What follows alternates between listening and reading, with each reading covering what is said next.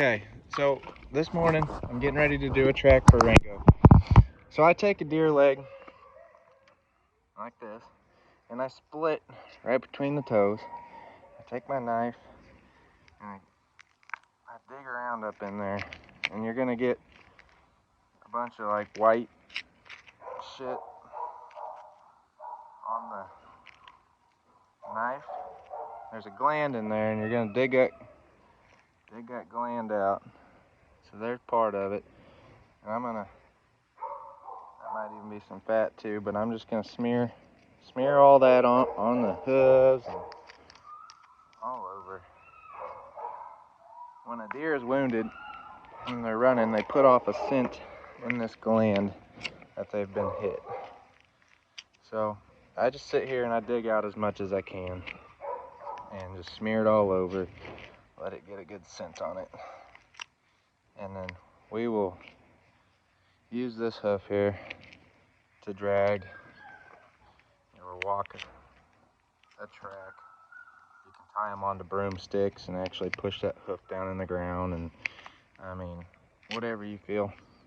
I mainly do drags and just kind of pick up the rope every now and then and make them reach for the next step type deal, so they're not constantly tracking a one solid drag. I gotta work for it. You know, when you're out there dragging too, you're gonna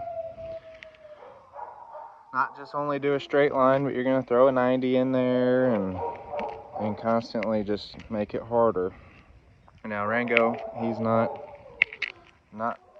super great at it, but he needs his confidence built on some easy tracks yet. We didn't get him on as much as what I would have liked to, but he started on it. It took a while to get him out of shed hunting mode. Alright, so that's probably decent enough. I'm sitting here just digging out in between. And you can see in there, if I split open them toes, you're gonna see there's a spot for that gland in there. And that's mainly what they smell. Because when you're tracking deer, you're not tracking blood, because you lost blood and you can't find it no more. Now there is going to be some blood on the ground that you can't see that the dogs are still going to smell, but you know, the blood's easy. They're going to track that. Okay, so I'm going to take this, I'm going to tie it on a rope, go drag it through some stuff. You know, the longer you let your tracks age too, the better. I mean, if you can, you know, a young rookie dog, you don't want to let them age. But as they get better, let them age for an hour, 2 hours, 3 hours, 4 hours, and then go out there and put the dog on it. He's still young. I'm not going to let this track age just because I feel like he's still struggling to grasp what we're doing. So, but he will, you know, once he gets on it, he'll go. So we'll just go do a drag and then let him get him out. He's obsessed over this deer leg, so when he finds it, we'll play some fetch with it. Okay, got my deer leg. I'm just gonna start right here. It's an easy spot for me to know, and I'm gonna head that way towards that field. So I'm gonna just kind of set it down, and we're gonna start dragging. And he's just gonna smell a little bit of that scent that I put on there. And every now and then I'll just pick it up, drop it again, make him reach for that next spot. But we're gonna go this way.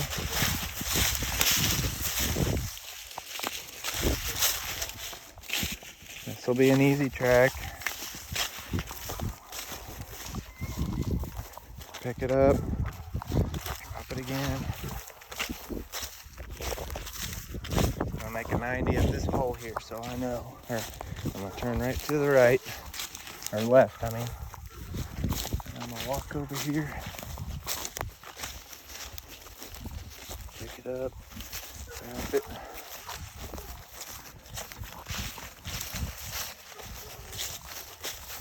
I'm gonna lay right here. Now when I walk back, I'm not gonna walk that same trail that I just did. I'm gonna go around it so he doesn't smell my scent all over the place over there. You know, you want your scent to be minimum, so I'm gonna take a different route back to go get him. So this is pretty well just like a 30 yard track through the woods and another 30 yards off to the left there. So 60-yard track. Should be super easy. Like I said, he's still really green at it, so we'll see how he does. Okay, so I want to get a harness on him, a long lead. I'm going to take him over here where I started, and he can probably smell it. Come here, Rango. Come here. Come here. I'm teaching him the command. He already wants to go, so hey, come here. Come, sit, sit, sit, sit. So I'm going to sit him down. I'm going to tell him dead. You know, I'm going to point at the ground. In here is where it's at. I'm going to say dead. So hey, sit, sit, ready, dead, dead deer, dead deer, dead deer, dead. So he jumped off the track here, dead.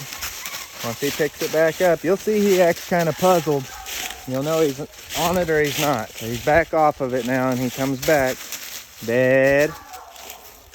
Dead. Dead. Dead. Dead. Dead.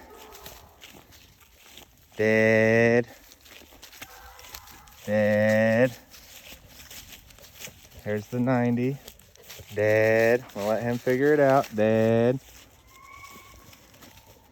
Dead. Dead. Dead. Dead. Dead. He's saying this way. Dead. Dead.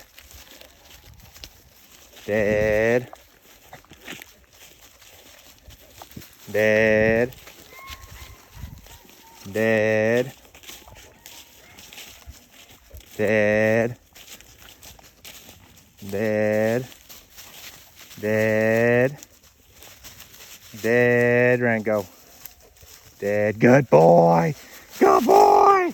Good boy. Yes. Yes. I'll give him a retrieve now. He found it. That's it. You know, he'll get better the more you do it. That was easy, but you've seen his nose working the whole time, and you could tell when he was a little bit puzzled. He just was circling. He was looking for that trail.